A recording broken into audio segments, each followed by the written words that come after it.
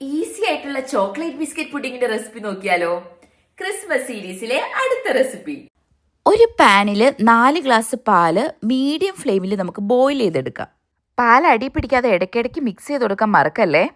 ഇനി കുറച്ച് കോൺഫ്ലവർ പാലിൽ നമുക്ക് മിക്സ് ചെയ്തെടുക്കാം. ഡയറക്റ്റ് ആഡ് ചെയ്യുമ്പോൾ വരുന്ന ലംസ് ഒഴിവാക്കാൻ വേണ്ടിയിട്ടാണ് നമ്മൾ ഇങ്ങനെ ചെയ്യുന്നത്.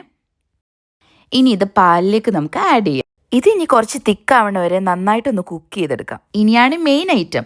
നമുക്ക് കൊക്കോ പൗഡറും പാലും ഇതുപോലെ മിക്സ് ചെയ്തെടുക്കാം. ഇത് ലംസ് ഒഴിവാക്കാൻ വേണ്ടിയിട്ടാണേ. ഇനി ഇതും നമുക്ക് നമ്മുടെ പാലിലേക്ക് ആഡ് ചെയ്യാം. നന്നായിട്ടൊന്ന് മിക്സ് ചെയ്തിട്ട് 1/2 കപ്പ് പൗഡേർഡ് ഷുഗർ കൂടി ആഡ് ചെയ്യാം. ഇനി ഇത് നന്നായിട്ടൊന്ന് മിക്സ് ചെയ്താൽ നമ്മുടെ ചോക്ലേറ്റ് പുഡിംഗ് റെഡി ആയിട്ടോ. ഇത് നമുക്ക് കുറച്ച് നേരം റെഫ്രിജറേറ്റ് ചെയ്യാം. ഇനി പുഡിംഗ് നമുക്ക് ലെയർ ചെയ്തെടുക്കാം. First biscuit layer. ഞാനിവിടെ ബിസ്ക്കറ്റ് പാലിലാട്ടോ സോക്ക് ചെയ്യുന്നേ. ടിരാമിസു ഫ്ലേവർ ഇഷ്ടമുള്ളവർക്ക് ഇത് കോഫിയിലും സോക്ക് ചെയ്യാട്ടോ. ഇനി ചോക്ലേറ്റ് ലെയർ ആഡ് ചെയ്യാം. ഇനിയത്തെ സ്റ്റെപ്പ് ഓപ്ഷണലാണേ. നമുക്ക് ബനാന ആഡ് ചെയ്യാം. ഈ സ്റ്റെപ്സ് എല്ലാം ഇനി വീണ്ടും റിപ്പീറ്റ് ചെയ്യാം. ഒരു 2-3 ലെയർ നമുക്കിതുപോലെ ചെയ്യാട്ടോ. ഞാനിവിടെ ടീ ബിസ്ക്കറ്റ് ആട്ടോ എടുത്തേക്കുന്നത്. മാരി ബിസ്ക്കറ്റ് ആയിരിക്കും ഏറ്റവും നല്ലത്.